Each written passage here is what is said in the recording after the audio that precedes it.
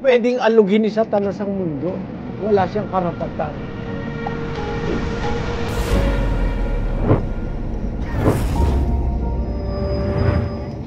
Hindi gawa ng masamang espiritu yon. Ang nagpapasapit ng bagyo, ang Diyos. Ang nagpapaulan, ang Diyos. Siya rin ang nagpapalindol. Basahin natin yung sa 25:32. Ganito ang sabi ng Panginoon ng mga hukbo. Narito, kasamaan ay mangyayari sa bansa at bansa, at malakas na bagyo ay ibabangon mula sa kahuli-hulihang bahagi ng lupa. At ang mapapatay ng Panginoon sa araw na yaoy magiging mula sa isang dulo ng lupa hanggang sa kabilang dulo ng lupa.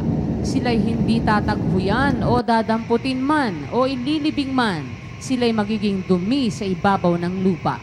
Yan ay pinapasapit ng Diyos dahil sa kasamaan ng tao, kapatid. Yang bagyo. Yun namang tidal wave, ang Diyos din ang gumagawa nun. Basahin natin yung Amos 9:6. Siya na gumawa ng kanyang mga silid sa langit at kumatha ng kanyang balantok sa lupa. Siya na tumatawag ng tubig sa dagat at ibinubugso sa ibabaw ng lupa. Panginoon ang kanyang pangalan. So, yung tidal wave, nanggagaling din sa kapangyarihan ng Diyos yun. Lindol, galit ng Diyos yun eh. It's a manifestation of God's wrath. Basahin natin ang Job 9:5. Na siyang naglilipat ng mga bundok at hindi nila nalalaman pagka nililiglig niya sa kanyang pagkagalit. Na siyang umuuga ng lupa sa kanyang kinaroroonan at ang mga haligi nito ay nangayayanig. So, yung lindol, it's a manifestation of God's wrath. Basahin natin ang Jeremias 4:24. Aking minasdan ang mga bundok at narito nagsisiyanig at ang lahat na burol ay nagsisiindayon.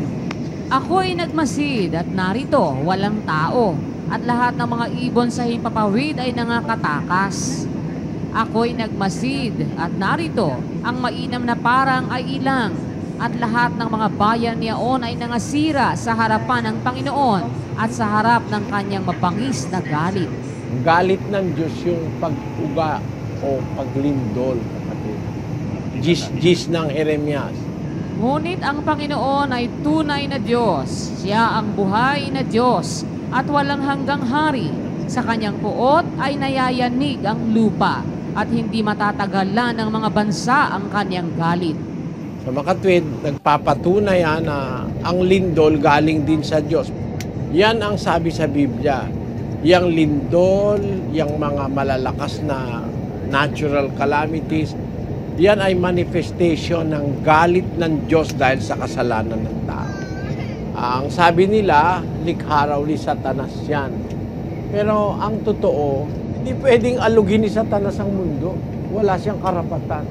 Nung nakipag-usap siya sa Diyos para patunayan ng Diyos yung tungkol kay Job, nakapagpagawa siya ng malakas na hangin para mamatay yung mga anak ni Job eh.